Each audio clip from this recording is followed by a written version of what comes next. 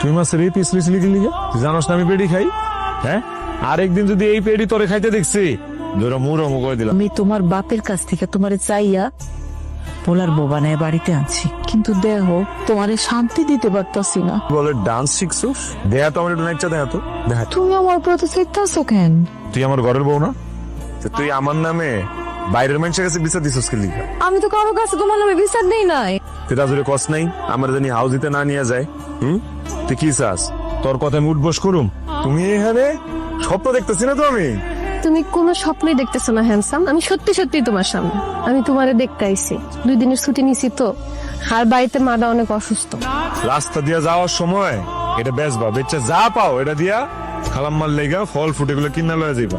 আমার না পরনের ঠিক মতো কাপড় চোপড় নাই, আমার কটা কাপড় চোপড় কিনা দিও।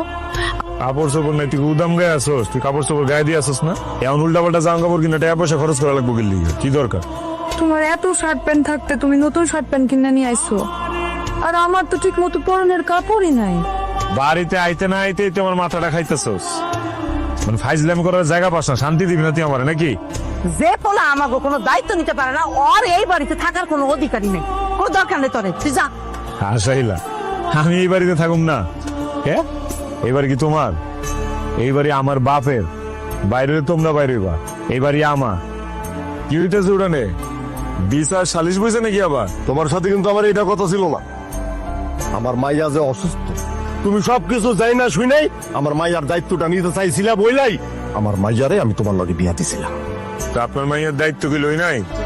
জিগান আপনার মাইয়ারে।